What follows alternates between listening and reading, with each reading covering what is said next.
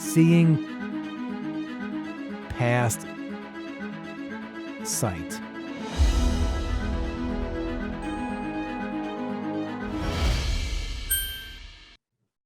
And we are live, my friends. How are you? My name is Mark Farrell. Thank you so much for joining us. Brian Switzer is my guest. Brian, welcome to the show, my friend. Thank you so much for having me on, Mark. I am a big time fan of yours for all that you've accomplished in life. First and foremost, you're an access technology teacher at Perkins School for the Blind. So what an amazing job and career you've chosen. Thank you for what you do. Yeah, of course. I'm really lucky and fortunate that Perkins allowed me to do my job, and I kind of fell into the career. But I absolutely love what I do. As a person that was born with Usher syndrome, deaf-blind, you haven't really had a conventional life when you were a child, certainly. Tell me about that. Yeah, for sure. I was born with hearing loss. Usher syndrome is the most common form of dual hearing and vision loss. They diagnosed me at age 2 with hearing loss. They were able to pick up on it. Unfortunately, when I was a child, there was none of this infant hearing testing that they can do now, which is so great. And then they figured out that I had vision loss around the age of 4. I was really struggling with my vision. They noticed I'd walk into a room and completely stop. And it had a lot to do with the fact that I was completely blinded by the light of the room. So they were able to figure out that there was something going on with my vision as well. And luckily, with some guidance, my parents were able, and some doctors were able to figure out around age 11 that I had this genetic condition that connected the two, called Usher syndrome. I have type 2A. There are 3 different types, but it combined hearing and vision loss. And sometimes it also had difficulty with balance because you're bounded related to your inner ear. I'm very fortunate in that I have 2A. Some other forms of Usher syndrome. But yeah, I grew up going to a school for the deaf and signing and knowing sign language. I still know sign language. I'm currently working with our 7-week-old on baby sign. Yay, congratulations, my friend. Thank you. A proud father. I am. Yeah, our very first baby, only 7 weeks old. So it's a very exciting time in the Switzer household. And what's your baby's name? Javon. Wow, beautiful. Yeah, she's named after her grandmother, Joan. Javon is the Gaelic Excellent. form Well, of it's Joan. very clear that her father has an indomitable spirit. All that you've done in your life are obviously that's why we're having this conversation, to share with the world all your accomplishments, but just amazing, because when you think about people in the able-bodied world, they're like, oh my Lord, how do people get by being deaf, blind, visually impaired, whatever the disability may be? And Brian, you are a father, you're a husband, you're a professional, you're an athlete, you're a writer, you're a lover of dogs. You're just like anyone else. You just live the life of Brian. Yeah, definitely. And that can be hard to get across to people, that I really just want to be known as Brian. And I want to live the life that, I want to make possible, and live, in a house with my partner and our 3 dogs and my baby. Really the life I want to lead. And I'm very fortunate that there were people who helped me get here. So the baby is part of the pack, 3 dogs. Yes, indeed. Wow. One of them, my guide dog, Intrigue. She's the one that guides me around every day, get me to and from work. She's an amazing partner in crime. And not only is Intrigue a guide dog, she's your running partner and dog. So that's a unusual pairing, right? To have 2 in 1. Correct. There's not very many official running guide dogs. There's more and more every day, but we were part of the first group from Guiding Eyes for the Blind be trained to run together, which is absolutely amazing. We can go out and independently, the two of us, go run wherever we want and come back. I'm someone who like to run a lot. I help relieve stress, but it also is a sense of accomplishment for myself, be able to go out and do races and compete with other people. Brian, you've run around the world, New York City, Boston, Munich, where else? Some other Uh, fascinating places. yeah, we've done Genoa, the half Genoa, marathon in Alaska, Genoa, Alaska, Alaska. Fairbanks, Alaska. We did a marathon there. Tell me about when you're running, Brian Switzer. How free do you feel?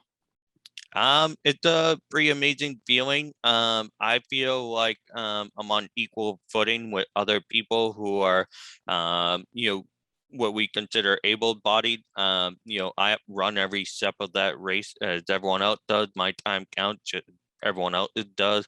To be able to go out and running is a really freeing experience. It makes me feel like I'm part of the community and out there with other people. The running community is very accepting, I've found, which is really amazing. I've run races where people may have never met someone who's blind or visually impaired before, and they all seem very accepting. My guides, I have run with a guide, and they are typically people who are faster than me, because you don't want a guide that's slower than you, but they'll slow you down. Did you Um, say fat? Fast, Oh, fast. I faster. didn't think you said fat. I'm glad I inquired there. No, they are definitely people who are in shape and running a Of lot. course. Um, but yeah, they're usually people who are faster than me, and then they slow down to my pace.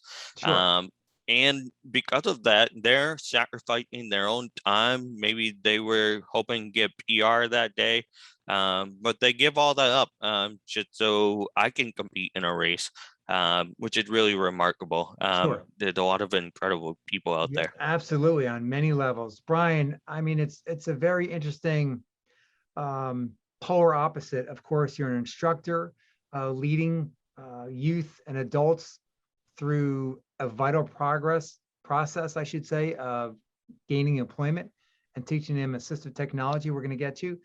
But what a great opposite to be on a course, whether it's training for a marathon or on the course of a marathon, where you're just, I imagine, comfortable because you have a sighted guide, able-bodied guide, and you're doing what you love. You're in the fresh air.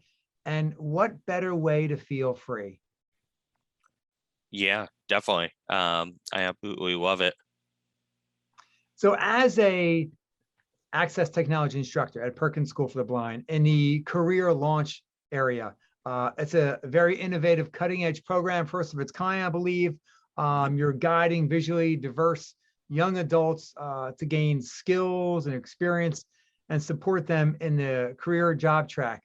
How rewarding, I imagine this must be the epitome of what your dream is to impact, positively impact someone's life, especially someone with a disability, especially someone who's blind or visually impaired, to be gainfully employed. Yeah, definitely. Like I was mentioning before, I kind of fell into this career. Um, in a previous life, I was a high school math teacher, and I really want to teach people and get them excited about math and see how math influence their life. And then as my vision loss progressed more and more, I found it really hard to stay in the classroom. And so, what really helped me out a lot was learning how to use AT. So I use a screen reader on my computer that reads aloud everything on my computer. I use a braille display that converts a lot of that information into braille for me. And then that way I can access everything on my computer. I can access the Zoom webinar we're using right now. I can maintain my calendar with everything I need to do every day. Um, Thanks to all that technology, I'm able to maintain a job. I'm able to schedule when I want to do a workout every day, figure all that information out, figure out how long I'm going to work out for. All of that I can figure out thanks to the technology I have hooked up to my computer. Brian, so Um, the world is literally at your fingertips. yeah, that's the way I feel. It's really incredible. There's never been a better time to be blind or visually impaired, and I'm sure in 20 years it'll be even better. I'm glad you But said that. yeah, there's so many people I know who are blind and visually impaired who are waiting. And I think that's a little silly. I think now's the best time ever to be out there doing things, running, you name it. And so, after my vision decreased and I started using more and more of the technologies, I also started tutoring people how to use the technology. Friends of mine would ask me, how do I do this? How do I do that? And so I started slowly tutoring random people on how to use the technology to better their lives. Fantastic. Um, and then I end up teaching it. Now that my full-time job, I teach people how to use the technology so that they can be productive in the workplace. Any kind of job Fantastic. requires Brian, what the was your technology. first job? Yeah, so I started off as a teacher's assistant in a special education classroom, working one-on-one with a student um, in a milestone type classroom. And what was their disability? They had dual deafness and autism. So we worked a lot with sign language. That's kind of where my background in sign Yeah, you're language very proficient paid in. in signing. Yeah. So how gratifying was that for your first job to immediately be impressionable on a student? That was really cool. It was really amazing to see him progress from a throughout the school year, watch him progress, and then I end up teaching right after that, teaching high school math. If you didn't have a disability, do you think the core of who you are would still be in the instruction world in some capacity because of who you are and who you like to become as a person of influence and tutelage? Absolutely not. Everyone in my that will seem funny to people, but everyone in my family is an accountant. They like to keep their head down, keep their keep track of numbers, and Sure, bean uh, counters. yeah, they prefer not talk to people if possible. I really think having a disability really forced me to uh, be more extroverted, talk to people, get to know people, get interested in other people's lives, see how I can help them, how can they help me. And I think that kind of back and forth has really led me to the education field, whereas most of my family end up in the accounting field. Sure. Brian, let me ask you, please, that as a instructor for career launch at the Perkins School for the Blind, obviously these young adults or adults are gaining skills and going out into the workplace. Now, we are all too familiar with the struggles of number one, just getting an interview when you have a disability. So what is your feedback been with the students that you're hearing back from, positive, negative, and has there been any light shed on the shift, the climate change of hiring persons with disabilities? Yeah, I think we're very lucky that people nowadays are recognizing more and more the need for diversity of any kind. And included in that is visual diversity, people who see the world differently, literally, as well. And think about the world differently. If you have something like CVI, those kind of visual impairment, you bring a very different perspective on the world to the workplace, and that's valuable, especially if you're a giant company. You're trying to reach all audiences out there, not just the mainstream audience, but everyone else as well. And so it's never been a better time to be applying for workplaces. People are more and more recognizing the need to hire people with disabilities of all sorts for any kind of diverse background. So it's never been better. It's still difficult. I will say I've gone through the interview process. It's definitely difficult, but the best thing to do is own your disability. Any job that wouldn't hire you on the basis of your disability, well, you kind of clear clear free of them right away. If you own your disability, and it's not something that you can hide in the workplace. I can't hide my guide dog. She with me 24/7. So just own it, get out there, find that job, find that Well right said. employer. Well said, Brian, because I, as a speaker as well as you, share with audiences the life of being in a professional world and personal world of having a visual impairment. And I say to people, no one wants to have a disability, but there's never been a better time to have a disability with the technology at our disposal. I mean, even just a little thing like a pocket magnifier for me, but and all the other assistive devices that you've mentioned.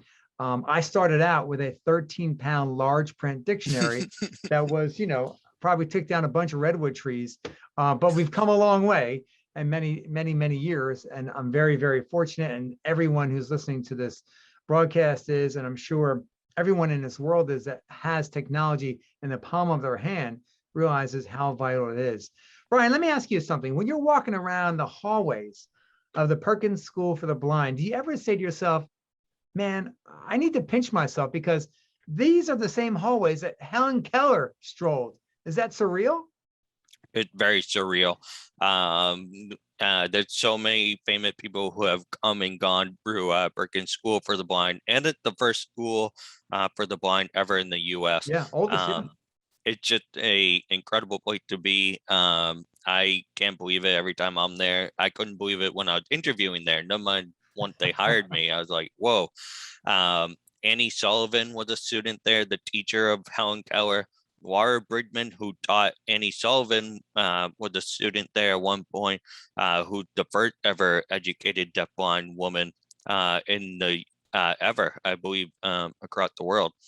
And so, the institution had just been around since the 1800s and had a profound influence on the world. And they're still doing that with the Career Launch program and the Compass program and a lot of innovative programs that they're trying to offer for the 21st century. Hey, Brian, let's talk about assistive technology again. Of course, it's rampant at Perkins School for the Blind. Try to remove yourself from that model if you can to answer this question. How available do you think assistive technology is for persons with disabilities in your community, nationally? And is it financially feasible? And do you think, this is a three-part question, so bear with me. Do you think our government is doing nearly enough to make it more omnipresent and available? Yeah, so that's really interesting. So our medical system and the way health insurance works, for the part it works, but obviously health insurance doesn't pay for a lot of the technology that people need. It doesn't pay for a braille display or screen reader, and these things are costly. They're several $1,000s. There's a lot of way to find program to make it cheaper. There are free screen reader programs that come with something like a map book, the MVDA, that's a free screen reader program. Computer for the Blind help people find computers for free with the screen reader already installed in it. But with that, all of that being said, it would be wonderful if there were some kind of system that the government provided so that more people had access to the technology, and it should not limited it to people who family have money. It'd be great if Absolutely. everyone had it. Yeah, it should not be cost prohibitive. Correct. Yeah. Any technology that you know of, because I'm sure you have your finger on the pulse of technology in terms of assistive technology. Anything in a pipeline that you're really excited about? Yes, definitely. Can you So share? Windows 11 is coming out soon. I'm looking forward to seeing what new features there are in Windows 11 and Windows 10. They upgraded a lot of the cursors and dark modes and themes and narrator jumping leaps and bounds. I think it might be able to compete with NVDA in the near future. So that's a technology to watch out for. Another technology is the Apple iPhone. The newest version has LiDAR technology, and they're using that to identify people in your surrounding, tell you how far they are from Can you. you can you spell that, Brian, that technology on the latest iPhone? Yeah, so LiDAR, Oh, LIDAR, LiDAR. it'll tell you how far away a person is from you. And I actually think maybe within the next 5 years, who knows, maybe we won't even be traveling around with guide dogs and canes. We'll just have our iPhone in front of us and it'll tell it exactly where to go and what to obstacle to avoid. And maybe It's it can really create a interesting. force field for the people we don't want to approach us any closer. That would be incredible. That way, those people who grab your elbow thinking that they're helping and they drag you somewhere, Yes. Yes. They mean well, right? they So, do. so Brian, going back to our initial topic here and thrust of youth and being visually impaired or blind, Mhm. how much more advanced do you think, of course, if they're blind at an early age, are they adapting quicker because their ability to just wrap their mind around technology easier than possibly me and you? And or is it just a faster ramp up time for them? Yeah, of course. The earlier you start with technology, the better you are going to do with it. And it all relates to how neuroplastic your brain is. We're very neuroplastic from the time we're born all the way up to, when our brain is fully mature between age 24 and 26. I'm Um, almost there. After that, your brain start to um, be less neuroplastic. You're still able to learn. Anyone can learn, even up until 80, 90, and beyond. It just required a little more motivation. It required a little more hands-on learning. Adult learners tend to do better if they can see the real-world application of what they're learning. So if I am teaching someone older how to use an iPhone, well, I better teach them how to test their grandkids. That's gonna get them to learn how to use their iPhone real quick. Versus someone who's younger who you can teach them more abstract things that are less directly applicable to their life. So it just requires a different way of teaching and requires someone be motivated. And Brian, I'm sure the name Becca Myers resonates with you, the deaf-blind athlete that made that gut-wrenching decision to withdraw from the Paralympics. And as a person with Usher syndrome, as an athlete, as someone who is passionately involved in the disabled community, I imagine this is deeply disturbing to you because it certainly is for me. Yeah, definitely. For people who don't know, she's a swimmer with Usher syndrome. She decided to drop out of the Paralympic because she couldn't bring her PCA, a personal care assistant, with her. Her aid. Correct. Yeah, it's someone who advocates a lot with the deafblind community. Oftentimes, a lot of people with deafblindness need assistance getting around because the dual hearing and vision loss, it's really dangerous to be traveling alone.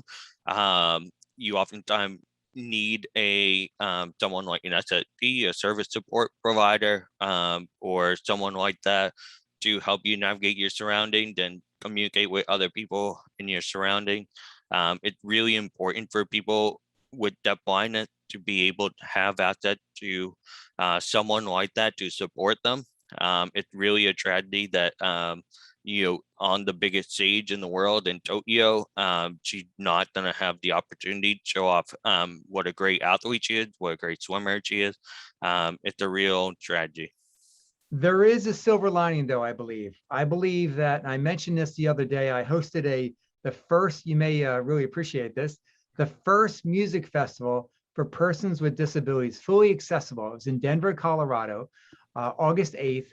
and I was had the honor and privilege to be the host. And I got up and I spoke about Becca because certainly the days about inclusivity, accessibility, including being a free concert, no less, they wanted to make all the barriers disappear. And I brought up Becca Meyer's name because of the sacrifice she made. And I said to everyone that day, I said, you know, I'm sure she's deeply hurt and angered by what she had to do, forced to do. No one forced her, but I think she made that decision based on her safety and well being. But I said in the short term, she's going to be upset. But I think in the long term, she's going to earn far more than any gold medal she could ever be proud of, because she's got a platform, she's got a voice that she can, share with the world about how her disability denied her the spot, the coveted spot to be a Paralympian in Tokyo. So I think it's going to sting right now temporarily. And I got the whole audience to scream, back up, back up, back up, because I wanted her to feel the synergy, the solidarity, because I went out on stage that day and said, you know what, welcome home.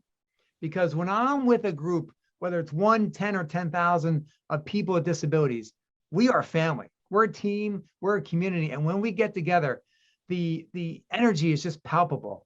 Does that resonate with you?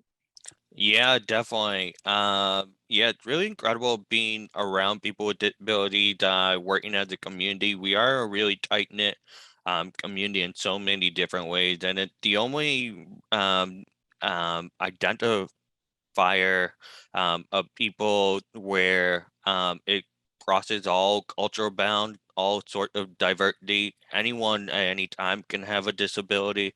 We're a much larger community than people think we are. As much as maybe 25% of the American population has some form of a disability. So yeah, it's really incredible. I think the hopefully the Paralympic Commission is paying attention and will change some of their standard for 4 years from now. Who will Meyer be competing in 4 years? Who knows? But there will be the next swimmer, the next person with deaf blindness who want to compete on the world stage, and so hopefully everyone's ready for that.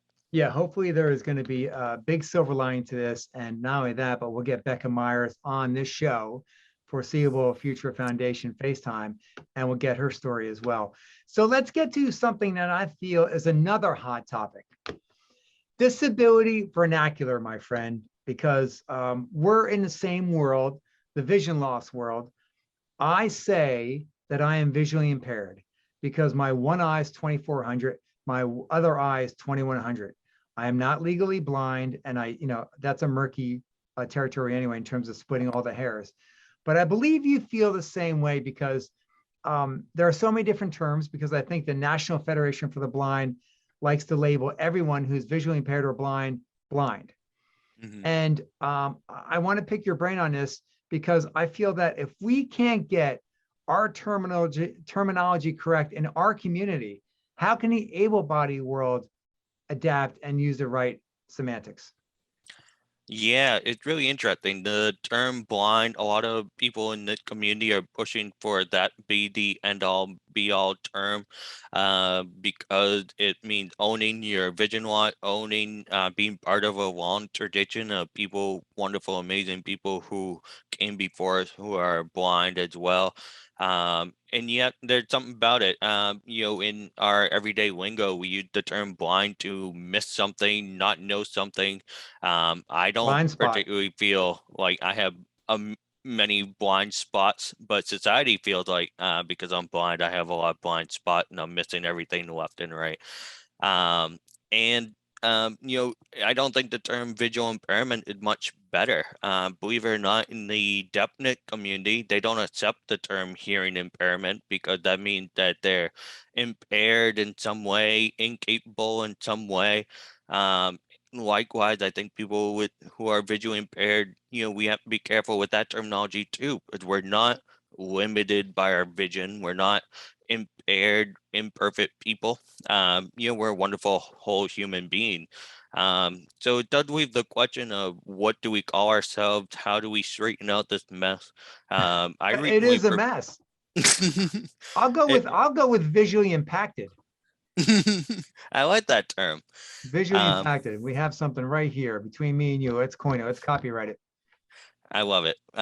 Let's go for it. Visually impacted. But And what amazing is the amount of people these days are so sensitive to making sure they get the term right, which is wonderful. And I think people should push to make sure the term that they use are correct and sensitive and are the terms that people want to use. But it does make it so difficult when you and I are saying, I don't like either term. How about we pick a third term? They're like, what do I call these people? Ah. well, it's just like the political parties. There seem to be growing in terms of different affiliations. So we're just gonna have to start our own. Definitely. I bet I'm all for it. we can be all the above abilities. Sound good. I like it. So, my friend, you penned a book, not one, but two. Um, what was the incentive and what was the idea, the concept that made you say to yourself, you know what? I need to share these thoughts with the world. Yeah, so like I mentioned before, the condition I have is genetic, which means that you would think, oh, clearly Brian had family members with Usher syndrome. And in a way I do, and in a way I don't. I have a uncle who I never met, who most likely had it, and that's the only family member we're aware of who ever had it. I grew up in a family of three brothers, all typically sighted, typically hearing, parents who are typically sighted, typically hearing. And they had to learn, my parents on the fly, what it means to raise someone with a visual impairment or a hearing impairment, or hearing disability, you name it. They had to figure all that out. And so a group of us who all have Usher syndrome, who have similar life story, decided to get together and write about it. One of the wonderful things out there is that there's a lot of medical textbooks and things describing Usher syndrome, and that's all great. It's nice to know the genetic, the genes that control it Sure, and the sure. mechanism that contribute to it. But nobody's out there telling the story of people who actually live with it. Hmm. Um, and that was kind of the impetus for the book, was how do we get our message out there telling parents, yeah, well, it will be scary, it will be different, but look at me, I have a baby. Hmm. Um, You're stronger I for it. yeah, I hold down a full-time job. It's not yeah, not the best thing to happen to a baby, but not the worst thing either. You learn to adapt and live a full life with it. So that was the impetus for Walking My Shoes and Anthology on Usher syndrome. It's a many story tied into one book, covering many life stages. There are stories of parents going through it with their kid. There are stories of kids. Hmm. Different There are stories, perspectives. That's vital. right? And And then then you after have that, walk in my paws. yeah, so What My Paws is a collection of stories from people with all sorts of service dogs. I have a guide dog. So I wrote about my experience with my guide dog and traveling around and going to Great. work and going to college and my How you master's do degree. push-ups with your guide dog on your back? I probably could. She a smaller dog. She's only 60 pounds. Um, I wouldn't put anything past you, my friend. I'm sure you are capable of many major feats as you have already.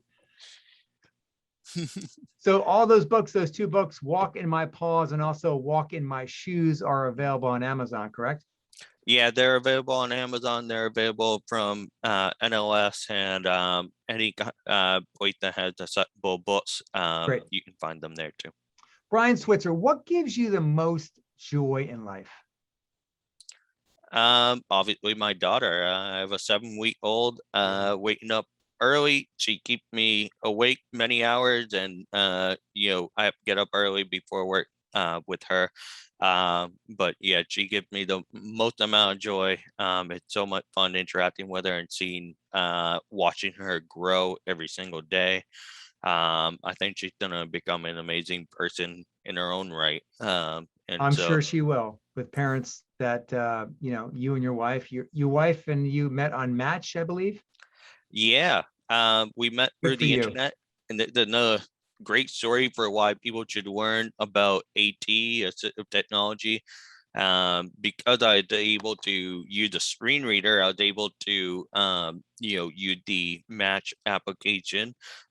So my wife and I, we met through Match, and we went out on our first date in the middle of the woods. I brought my guide dog who knew the route. Okay, you're not gonna go any further with the story. You can leave it right there.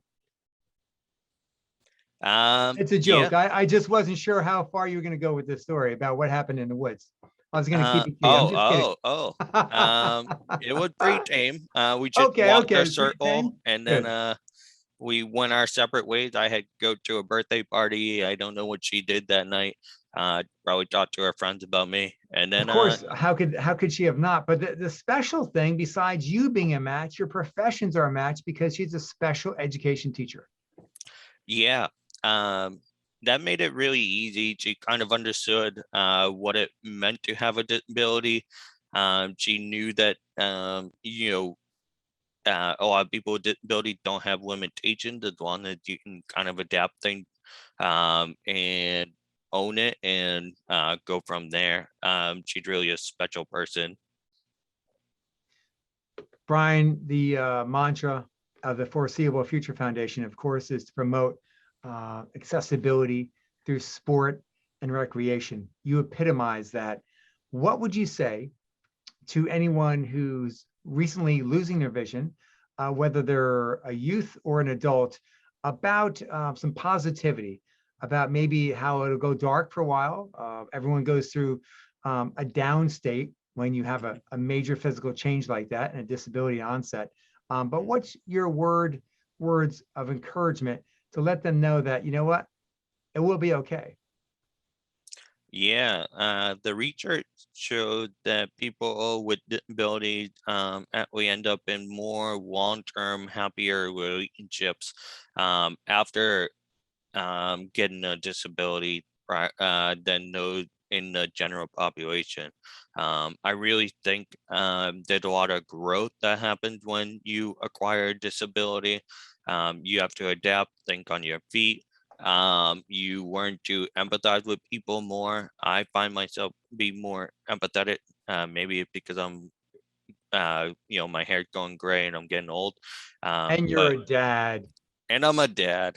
Uh, so maybe I'm being more empathetic in those ways, but I do think having a disability make you reconsider how you treat other people, how maybe there are things unseen about other people that are impacting their lives. Not all disabilities are visible, some of them are invisible. And so you kind of learn to accept people as they are. And you learn to be happier, probably than prior to having the Yeah, disability. yeah. It's a real life-changing and profound experience. There's a light at the end of the tunnel. You adapt. Um, I used to read print. I don't even think about it at all, because What everything is is print? Nobody digital. reads print. I know, No one even 2021. reads, Brian.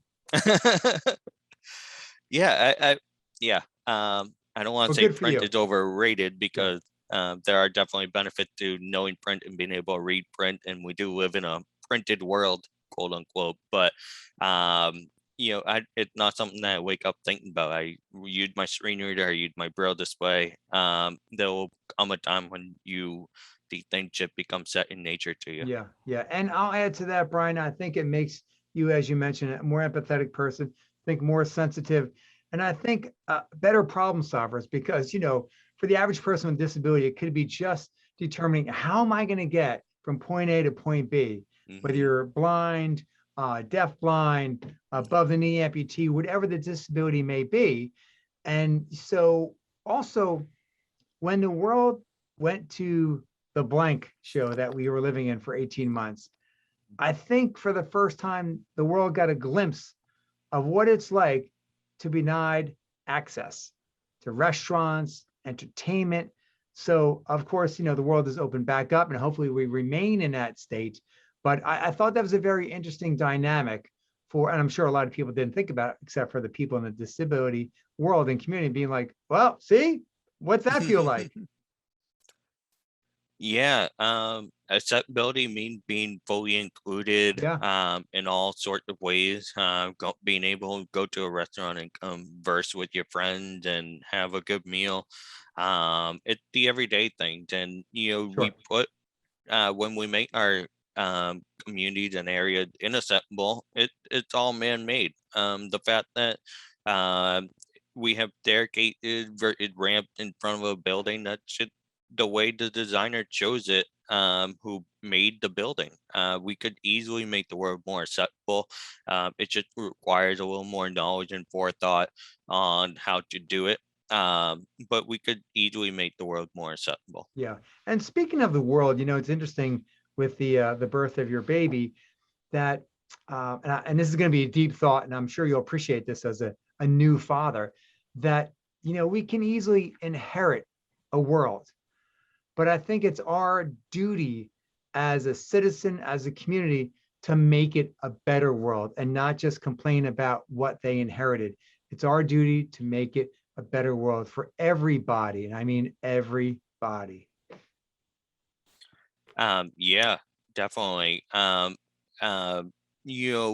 of the interesting things about curb cuts is that they were originally designed for people in wheelchairs to be able to go up and down, be able to navigate the sidewalk. Mhm. And one of the things that happened as a result of that was that less women were ending up in the ER with broken ankles because when they wear those heels and they step off the curb, they were constantly injuring themselves. And so when we design the world more by universal design, we actually make it better for everyone, not just the person with the disability, but also others.